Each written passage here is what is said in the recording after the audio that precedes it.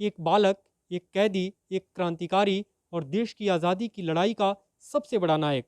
ये तस्वीरें हैं भगत सिंह की।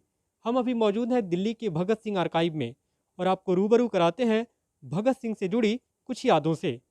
सत्संग विहार में स्थित है दिल्ली सरकार के अभिलेखागार विभाग के अंतर्गत बना भगत सिंह आर्काइव और रिसर्च सेंटर। बचपन में ही बंदूकें बोने वाला एक बालक, एक पगड़ीधारी सिख युवा और भारत के नाम से गुलामी की पहचान हटाने के लिए अपनी धार्मिक पहचान की आहुति दे देने वाला एक क्रांतिकारी।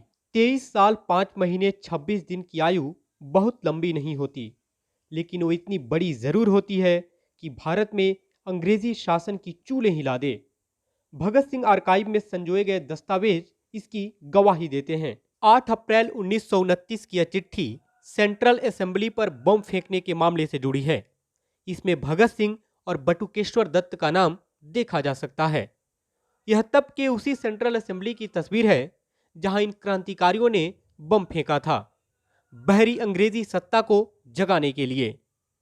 उस बम की गूंज से अंग्रेजी शासन की नींव तो हिली ही, देश भर में क्रांति की ज्वाला भी धधक उठी। यह पत्र है 10 नवंबर 1930 का, जो दिल्ली के तत्कालीन एसपी सीआईडी ने डिप्टी कमिश्नर को लिखा था।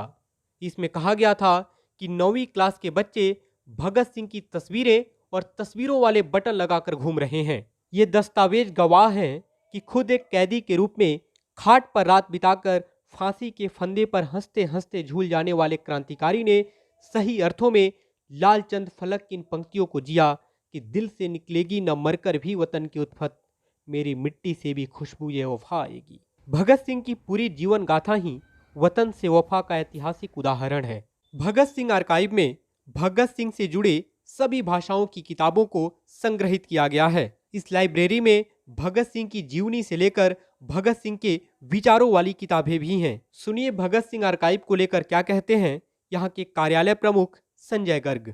भगत सिंह का दिल्ली के साथ एक बहुत ही अद्भुत रिश्ता रहा है। चाहे वो दिल्ली में असेंबली के अंदर बम फेंकने से शुरुआत होती है इस रिश्ते की, और उसके बाद फिर इनकी अरेस्ट होती है तिहाड़ जेल के अंदर। भगत सिंह की फिलॉसफी और आइडियोलॉजी को जनता तक पहुंचाने के लिए, खासकर युवा वर्ग तक पहुंचाने के लिए दिल्ली सरकार ने एक बहुत ही महत्वपूर्ण निर्णय लिया कि उन्होंने दिल्ली अभिलेखागार के अंतर्गत भगत सिंह आर्काइव्स और संशोधन केंद्र की स्थापना करने का निर्णय लिया। इसके अंदर बेसिकली प्रोफेसर चमन लाल, जो भगत सिंह के ऊपर एक बहुत बड़ी अथॉरिटी हैं, उनकी कलेक्शन एक हमने एक्वायर करी है। इसके अंदर हमने उनकी सारी कलेक्शन को संजो के रखा है। साथ ही देश और विदेश के विभिन्न संस्थानों में उपलब्ध भगत सिंह के ऊपर जितने भी अभिलेखीय संसाधन उपलब्ध हैं, उन सब को हमने इस सेंटर के अंदर संभालने की कोशिश करी है। 23 मार्च हर साल आता है। ऐसी तस्वीरों के जरिए भगत सिंह जैसे क्रांतिकारियों को श्रद्धांजलि देने की परंपरा का निर्वहन भी हर साल होता है। नहीं होती हैं तो ऐसी कोशिशें कि इन क्रांतिकारियों के सपनों का भारत बनाने की दिशा में काम किया जाए, जबकि इन्हें सच्ची श्रद्धांजलि यही हो सकती है। निरंजन मिश्रा, ITV भारत, दिल्ली।